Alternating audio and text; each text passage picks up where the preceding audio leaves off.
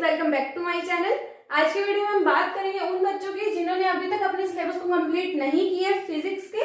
उनके लिए हम 30 डेज प्लान डिस्कस करेंगे क्योंकि हमारे पेपर है मई में, तो उससे पहले हमें अपने बाकी सभी सब्जेक्ट्स के सिलेबस को अच्छे से कवर करना है। तो हम फिजिक्स के सिलेबस की फिजिक्स की स्ट्रेटेजी हम बहुत अच्छे से डिस्कस करेंगे कि कैसे अगर आपने एक भी चैप्टर अभी तक नहीं किया है या फिर आपने चैप्टर्स तो सारे कर लिए लेकिन आपको दोबारा रिवाइज करने की जरूरत है उन सभी चैप्टर्स को एक बार अच्छे से, तो कैसे आप पूरे 30 डेज में अपने सारे चैप्टर्स कवर करोगे और पूरे 70 मार्क्स कैसे स्कोर करोगे। अगर आपने एक बार भी अपने सभी चैप्टर्स नहीं किया ना अच्छे से, फिर भी आराम से 70 मार्क्स इस टाइम पे आ सकते हैं। और ये नहीं है कि पूरा दिन आपको पढ़ना है, पूरा दिन आपको फिजिक्स ही करनी पड़ेगी, ऐसे बिल्कुल जरूरत नहीं है।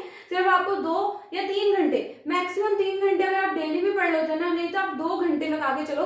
अगर आप 2 घंटे पढ़ते हो ना तो भी आपके आराम से पूरा सिलेबस कवर भी होगा, जिस तरह से मैं आपको बताऊंगी कैसे आपको अपने सिलेबस को कवर करना है। तो चलिए स्टार्ट करते हैं अपनी आज की वीडियो को। सबसे पहले तो इस टाइम तक आपको अपना रिड्यूस सिलेबस अच्छे से पता होना चाहिए क्योंकि अब सिर्फ हमारे पास 30 डेज ही बचे हैं बोर्ड एग्जाम के लिए। तो आपको रिड्यूस सिलेबस बहुत अच्छे से पता होना चाहिए। मैं ये नहीं कह रही फिजिक्स के एग्जाम के लिए 30 डेज बचे, आपके बाकी सभी बोर्ड एग्जाम स्टार्ट होने तक 30 डेज बचे। तो रिड्यूस सिलेबस बहुत अच्छे से पता होना चाहिए। और अगर पता भी है तो उसे एक नोटबुक पे लिख लो कि ये हमारा सिलेबस है, ताकि कोई भी दिक्कत ना हो लास्ट टाइम में। अब रिड्यूस सिलेबस हमने लिख लिया।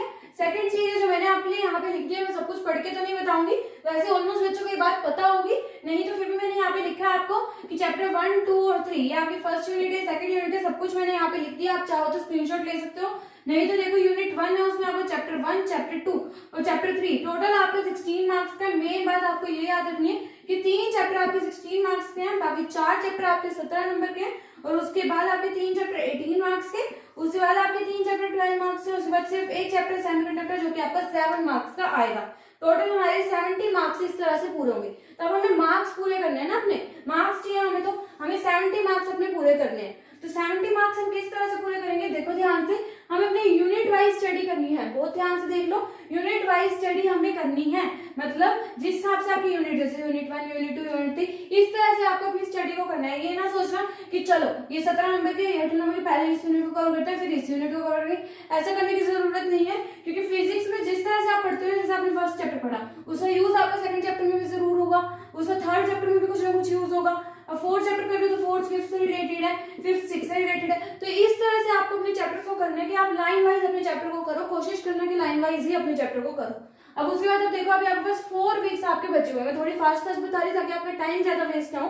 तो 4 वीक्स हमारे पास अभी बचे हुए हैं। 4 वीक्स में हमें किस तरह से पूरा सिलेबस कैसे कवर करेंगे, आप लिख लिया मैंने first week, second week, third week और फोर्थ वीक। ये सब कुछ आपको लिखने की जरूरत नहीं है, मैंने एक बार आपको बताने के लिए यहाँ पे लिख दिया। अब फर्स्ट वीक में हमें हमारा टारगेट क्या होना चाहिए, फर्स्ट वीक में हमें अपने 16 मार्क्स को कवर करना है। मैं लाइन वाइज लेके चल रही हूँ, आप चाहो तो आगे पीछे कर सकते हो, नहीं तो मेरे अकॉर्डिंग आप लाइन वाइज ही चलना। फर्स्ट वीक में हमें अपने 16 मार्क्स हमें चाहिए। अभी जो आने वाला फर्स्ट वीक होगा अप्रैल का, उसमें आपको 16 मार्क्स अपने अच्छे से कवर करना है। और कैसे कवर करना है वो भी अभी देखेंगे। सेकंड वीक में हमें 17 मार्क्स कवर करने हैं, थर्ड वीक में 18 मार्क्स और फोर्थ वीक में 12 मार्क्स। अगर इसके अलावा आपके पास टाइम बच जाता है, नहीं तो आपको सेमीकंडक्टर्स तो करना ही करना है। 14 चैप्टर जो आपको सेमीकंडक्टर छोटा सा, इसके लिए मैंने टाइम नहीं लिखा है इसमें। अभी आपके जो मेन बड़े बड़े चैप्टर्स हैं उनके लिए मैंने यहाँ पे लिख दिया। ये चैप्टर भी इजी है और चैप्टर छोटा सा भी, तो बहुत ज्यादा टाइम आपको बिल्कुल नहीं लगेगा। और ये चैप्टर करके जरूर जाना, 7 मार्क्स का आपका चैप्टर है, एक अकेला चैप्टर। अब देखो फर्स्ट वीक में हमारे 16 मार्क्स हमें कवर करने हैं और सेकंड वीक में 17 मार्क्स और थर्ड वीक में 18 मार्क्स और फोर्थ वीक में हमें 12 मार्क्स पूरे अच्छे से अपने कवर कर लेने हैं। और ये करेंगे कैसे, अब हमें तो पता ही नहीं फर्स्ट वीक में पढ़ूं क्या मैं, कैसे होंगे मेरे कवर मार्क्स, और कितना पढ़ूं, क्या पढ़ूं, तो सब देखते हैं हम अभी। हमारी देखो कोई भी एक यूनिट आपकी, मैंने आपको कह दिया कि आपके पास एक वीक है, एक वीक मतलब 7 डेज आपके पास है, उसमें आपको क्या करने हैं, 16 मार्क्स कवर करने हैं। 16 मार्क्स मतलब ये आपके 3 चैप्टर आपको अच्छे से कवर करने हैं। तो कवर करने का क्या मतलब है, कैसे पढ़ना है वो तीनों चैप्टर्स को, कैसे पढ़ना है, देखो मैंने यहाँ पे लिखा है। अगर आप कोई भी एक यूनिट को कवर करने के लिए कह रहे हो, या फिर आप कह रहे हो कि मेरी ये एक यूनिट हो गई, मतलब ये फर्स्ट और सेकंड चैप्टर हो गया, या फिर कोई एक चैप्टर आपका हो गया, आपके अकॉर्डिंग आपका हो गया, तो उसमें आपको क्या क्या होना चाहिए इस लास्ट 30 डेज में, आपने क्या क्या करना है उन चैप्टर्स में, वो देखो। आपको सबसे पहले अपने नोट्स खोलने हैं, अपने नहीं है तो किसी और के नोट्स, जहां से भी आपको नोट्स मिल रहे हैं इस टाइम पे नोट्स से जरूर स्टडी करना, बुक खोलने की कोशिश ना करना। तो नोट्स से स्टडी करना, नोट्स खोल ले, अपने नोट्स देखें, नोट्स के अंदर अपनी डेरिवेशन जो भी है उनको एक बार अपने हाथ से लिख के जरूर करना है इन 30 डेज में। जितनी भी डेरिवेशन है सबको हाथ से लिख के करना है, तब मानना कि वो चैप्टर मेरा हो गया।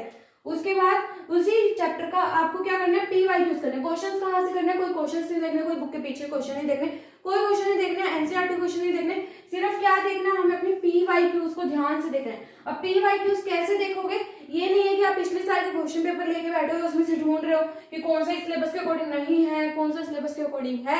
तो इतना करने की जरूरत नहीं है, एक बुक लो, कोई भी बुक लेना, बस ऐसी बुक लेना जो रिड्यूस सिलेबस के अकॉर्डिंग हो, जिसमें आपको छांटना ना पड़े कि इस पर क्वेश्चन पूछे जाएगा इस टॉपिक से या नहीं पूछे जाएगा। सिर्फ हमें क्या करना है, अपने पी वाई क्यूज को करना है। किसी भी बुक से आप कर सकते हो, मैंने यहाँ पे आपके लिए लिखा हुआ है। अब ध्यान से देखना कैसे हम कवर करेंगे, अभी डिफिकल्ट लग रहा होगा ना कवर करना। तो देखो 7 डेज थे आपके पास, 7 में से हमें कितने चैप्टर्स करने हैं 7 डेज में, 1 यूनिट कंप्लीट करनी है। 1 यूनिट मतलब 16 मार्क्स हमें चाहिए। 16 मार्क्स हमें कैसे मिलेंगे, फर्स्ट सेकंड और थर्ड चैप्टर कर लिया तो 16 मार्क्स आ जाएंगे। अब 16 मार्क्स कैसे आएंगे, अब वो देखो 7 डेज थे, 3 चैप्टर्स हमें कवर करने थे, और मैंने क्या कहा था सिर्फ 2 घंटे डेली का पढ़ना है। वो भी बताती हूँ कैसे करना है। 7 डेज थे, 3 चैप्टर हमने करने थे, उसको मैंने डिवाइड कर लिया 4 डेज में और 3 डेज में। आप अपनी मर्जी से डिवाइड करो, अपने अकॉर्डिंग अपने चैप्टर को करो। क्या करना था, एक यूनिट को कवर कब मानोगे, जब आपके उसमें नोट्स हो जाएंगे और आपके पी वाई क्यूज हो जाएंगे। तो नोट्स करने में कितना टाइम लगता है, कितना टाइम लगता है, ध्यान से सोचो।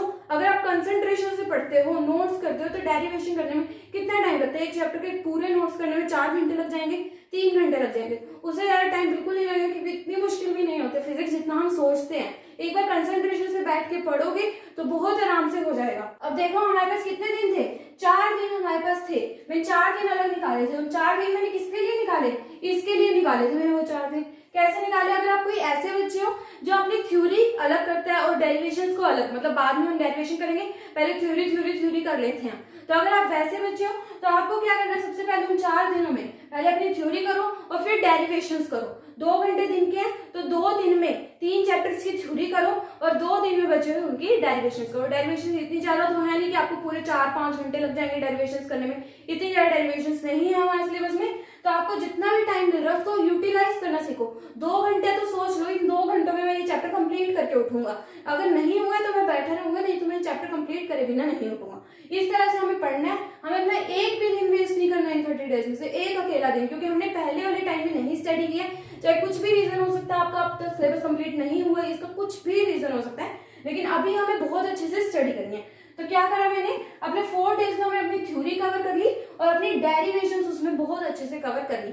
अब बचे 3 दिन, हफ्ते में 7 दिन है ना, बचे 3 दिन। उन 3 दिन में क्या करोगे, उन 3 दिन में आप अपने पी वाई क्यूज करोगे। क्या करना है, हमें पी वाई क्यूज अच्छे से करने हैं अपने प्रीवियस ईयर क्वेश्चन पेपर। अब 3 चैप्टर्स के आपको क्या करना है, पी वाई क्यूज करने। कितने प्रीवियस ईयर क्वेश्चन, 5 साल के कर लो, पिछले 5 साल में भी अगर आप कर लोगे तो आपको 3 दिन भी आपको मैक्सिमम लगेंगे, बहुत ज्यादा लगेंगे। एक चैप्टर के लेके बैठो पी वाई क्यूज और 2 घंटे लगातार लेके बैठो, और ये मैं सोच रहा कि मेरे से क्वेश्चन सॉल्व नहीं होता, तो अब वो क्वेश्चन आपसे इसलिए सॉल्व नहीं होता क्योंकि आपने पहले उसकी थ्योरी नहीं रिवाइज की होती, आपने उसकी डेरिवेशन नहीं रिवाइज की होती। अगर आपने थ्योरी कर रखी है, उसका आपको चैप्टर का कंसेप्ट पता है, तो जब आप क्वेश्चंस करोगे, एक तो सॉल्व वाला पी वाई क्यूज लेना जिसमें आपको सॉल्यूशंस दिए हो, ताकि आपको बार बार नेट से ढूंढने में टाइम वेस्ट ना करना पड़े सॉल्यूशंस को। तो अब सॉल्यूशंस हमारे पास है, हमने अपना क्वेश्चन देखा, अब मुझे पता है कि मुझे पूरा चैप्टर अच्छे से आता है, मैंने इसकी थ्योरी कर रखी है, इसकी डेरिवेशन मैंने हाथ से लिख के कर रखी है। डेरिवेशन को ऊपर से देखने में और हाथ से लिख के करके देखने में बहुत फर्क होता है। तो अगर हमने डेरिवेशन हाथ से लिख के देख के कर लिया, नोट्स अपने बना लिए, मतलब बनाए तो नहीं है, सॉरी, नोट्स में से हमने अपने अच्छे से पढ़ लिया, उसके बाद हम पी वाई क्यूज कर रहे हैं, तो आपके मैक्सिमम क्वेश्चन सॉल्व हो जाएंगे, बहुत ज्यादा दिक्कत आपको नहीं आएगी। और अगर पी वाई क्यूज सॉल्व हो रहे हैं ना, तो बहुत खुशी मना रहे हैं, क्योंकि बोर्ड एग्जाम में उससे टफ क्वेश्चंस नहीं पूछे जाते, वही लेवल होता है बोर्ड एग्जाम्स का। तो अब ठीक है, इतना हमें समझ आ गया कि किस तरह से हम अपने सिलेबस को कवर करेंगे। अब आप में से बहुत बच्चों को दिक्कत होगी कि हमारी तो रिवीजन ही नहीं होगी, हम तो ऐसे अभी तक यहाँ पे ये चैप्टर पढ़ रहे हैं, फिर यहाँ पे हम चैप्टर पढ़ रहे हैं, ये चैप्टर, तो पूरा टाइम हम चैप्टर की रीडिंग कर रहे हैं, मतलब अपना थ्योरी, अपना सिलेबस को ही कवर कर रहे हैं पूरे टाइम पे। तो रिवीजन किस टाइम करेंगे, और बचा तो सिर्फ 30 दिन है, तो कब करेंगे हम रिवीजन। तो रिवीजन कब करनी है, ध्यान से सोचो, ये 7 दिन थे, 7 दिन में से अगर आपने 4 दिन थ्योरी कर ली, 4 दिन अपनी डेरिवेशन कर ली, जो कि बहुत ज्यादा है। 4 दिन अगर आपके 4 चैप्टर भी लगा के चलो ना, तो अगर मैं एक दिन बैठी हूँ चैप्टर 4 लेके, चैप्टर 4 की मुझे सिर्फ थ्योरी करनी है, अपने दिमाग में उठा के चलो आज सिर्फ थ्योरी करूंगा और डेरिवेशंस करूंगा। तो थ्योरी एक बार में पूरी रीडिंग, पहले तो चैप्टर के टॉपिक्स देखा करो, ये टॉपिक्स हैं उसके अंदर। वैसे अभी तक तो आपको सभी चैप्टर्स एक बार तो करे होंगे, टीचर ने तो कराए होंगे एक बार, तो वहां से भी आपको थोड़ा तो याद होगा कि इन चैप्टर्स में ये हमारे टॉपिक्स थे। अब ये टॉपिक्स थे, इतना हमें पता है। अब उनको एक बार रीडिंग लगाओ, उनको देखोगे हाँ ये थ्योरी है। 15-20 मिनट में रीडिंग हुई, उसके बाद 1 घंटा आराम से बैठ के उसकी थ्योरी करनी है आराम से। और बच्चे 1 घंटे में हमारे पास क्या होंगे, हमारी डेरिवेशंस होंगी। और अगर थ्योरी आ गई तो डेरिवेशंस हो जाएंगी, और डेरिवेशंस और थ्योरी हो गई तो आपके पीवाईक्यूज बहुत आराम से हो जाएंगे, बहुत ज्यादा टेंशन लेने की बात नहीं है। पीवाईक्यूज को देखोगे तो देखोगे आधी तो डेरिवेशन ही है, तो वो तो हमने बहुत अच्छे से कर ही ली है, तो इतना हमें समझ आएगा। अब रिवीजन कब करेंगे, रिवीजन के लिए लास्ट में तो टाइम बचा ही नहीं, क्योंकि इसके बाद तो हमारा इंग्लिश का एग्जाम आ जाएगा। तो हम रिवीजन कब करेंगे, जो भी आपका संडे होगा उसमें आपने पिछले वीक जो भी काम करा है उसमें हम एक बार अपना टाइम निकालेंगे। चाहे आप उन संडे के 2 घंटे थे जो आपके, वो तो आपने निकाले ही थे फिजिक्स के लिए, चाहे अगर आपको एक्स्ट्रा 2 आवर्स निकालने पड़ रहे हैं ना संडे को रिवीजन के लिए, रिवीजन में बहुत ज्यादा टाइम नहीं लगेगा अगर आपने बहुत अच्छे से पहले कर लिया। जितना अच्छे से पहले करोगे उतना कम टाइम बाद में लगेगा, और जितना कम टाइम पहले दोगे उतना ज्यादा टाइम बाद में आपका लगेगा। तो मर्जी आपकी, आपको किस तरह से अपने टाइम को यूटिलाइज करना है। अब मैंने आपको बता दिया किस तरह से आपको अपने सिलेबस को डिवाइड मैंने आपको करके दे दिया है कि 16 मार्क्स इतने मार्क्स का आपको मैंने यहाँ पे लिख दिया था। उसके बाद मैंने आपको बता दिया है कि 16 मार्क्स को कवर कैसे करोगे, मार्क्स के अकॉर्डिंग अपने इसको कवर करना। ये मैं सोचा मैं चैप्टर 1 कर लेता हूँ, चैप्टर 2, चैप्टर 5 कर लेता हूँ, चैप्टर 6 कई बार क्वेश्चन रिलेट करके पूछ लिया जाता है, तो हम इतनी कोशिश करेंगे कि हमारे पूरे क्वेश्चन अटेम्प्ट हो एक यूनिट से। तो हमने क्या करना है, पूरे 16 मार्क्स को एक बार कवर करते हैं। चलो कैसे कवर होंगे, अपना नोट्स पढ़ो, नोट्स कहीं से भी लो, कहीं से भी अरेंज करो इस टाइम पे नोट्स, बस नोट्स से अपना पढ़नी है थ्योरी, उसके बाद डेरिवेशंस करो, और उसके बाद हमें कोई क्वेश्चंस नहीं देखने, कोई चैप्टर के पीछे वाले क्वेश्चन नहीं देखने, कोई एनसीईआरटी क्वेश्चन नहीं देखने। सिर्फ इस टाइम में हमारे पास बहुत कम टाइम है और हमारा टारगेट क्या है, 70 मार्क्स हमारा टारगेट है। तो उसके लिए हमें क्या करना पड़ेगा, इस टाइम पे हमें क्या करना होगा, हमें पीवाईक्यूज तो जरूर करके जाना है, छोड़ने नहीं है किसी भी चैप्टर के। और पीवाईक्यूज करते टाइम एक और बात बता देती हूँ, पीवाईक्यूज करते टाइम आपको क्या करना है, स्टार लगा लेना उसके ऊपर। अगर कोई भी क्वेश्चन है, आपने देखा मैंने नोट्स पढ़ लिया आज इस चैप्टर के बहुत अच्छे से, आज इस चैप्टर के नोट्स हो गए, ठीक है, अगले दिन मैं करूंगा बैठ के इसके पीवाईक्यूज, और 2 घंटे मुझे करने हैं। कितने क्वेश्चन होंगे पीवाईक्यू में, बहुत ज्यादा क्वेश्चन नहीं होते हैं। तो आपने क्वेश्चंस करने स्टार्ट करें, और आपने देखा 2, 4, 5 ये क्वेश्चन हो गए। 6th क्वेश्चन में जैसे ही मैं पूछूं मेरे से नहीं हो रहा है तो बहुत डिफिकल्ट है, चलो इसका सोल्यूशन देख लेते हैं। तो साथ सोल्यूशन देख के बिल्कुल ना करना। अब सोल्यूशन में देख रहा हूँ तो मैं उसके ऊपर क्या करूंगा, स्टार जरूर मेंशन करूंगा कि ये क्वेश्चन मुझे पहले टाइम में दिक्कत दे रहा था। तो जब मैं रिवीजन करूंगा तो रिवीजन में क्यों कम टाइम लगता है, मैं क्यों कह रही हूँ रिवीजन में कम टाइम लगेगा, डेरिवेशंस आपने अपने हाथ से लिख के करी है, नोट्स आपने खुद पढ़े हैं वो सारे, तो एक बार पढ़ने में तो बहुत कम टाइम लगेगा, दोबारा पढ़ोगे तो जब उसके डेरिवेशन हमने खुद लिख के देखी थी। बचे क्या, क्वेश्चंस रिवाइज करने। अब सारे क्वेश्चन थोड़ी रिवाइज करोगे, रिवाइज सिर्फ वो क्वेश्चन करोगे जिसपे आपने स्टार लगाया था, जो आपको पहली बार में दिक्कत दे रहा था। अब दूसरी बार उसे रिवाइज करोगे ना तो पिछले जो 5 क्वेश्चन थे वो अपने आप रिवाइज हो जाएंगे, क्योंकि 6th में हमें दिक्कत थी ना, 6th हम करेंगे तो ऊपर वाले 5 तो अपने आप याद आ ही जाएंगे, क्योंकि वो तो हमने पहले भी खुद ही किए थे ना।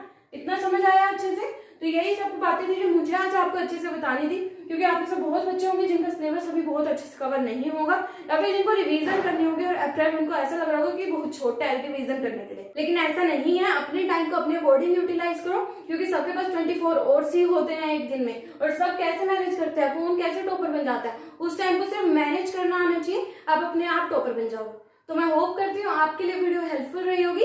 तो प्लीज इस वीडियो को एक लाइक करें और मेरे चैनल को जरूर सब्सक्राइब करें, और साथ में बेल आइकन को भी क्लिक करें ताकि मेरी आने वाली सभी वीडियो की नोटिफिकेशंस आपको मिल जाए। और आप मुझे इंस्टाग्राम पे फॉलो कर सकते हैं लेटेस्ट अपडेट्स के लिए। और अगर आपके लिए वीडियो हेल्पफुल रही है तो अपने फ्रेंड्स के साथ भी जरूर शेयर करना। Thank you.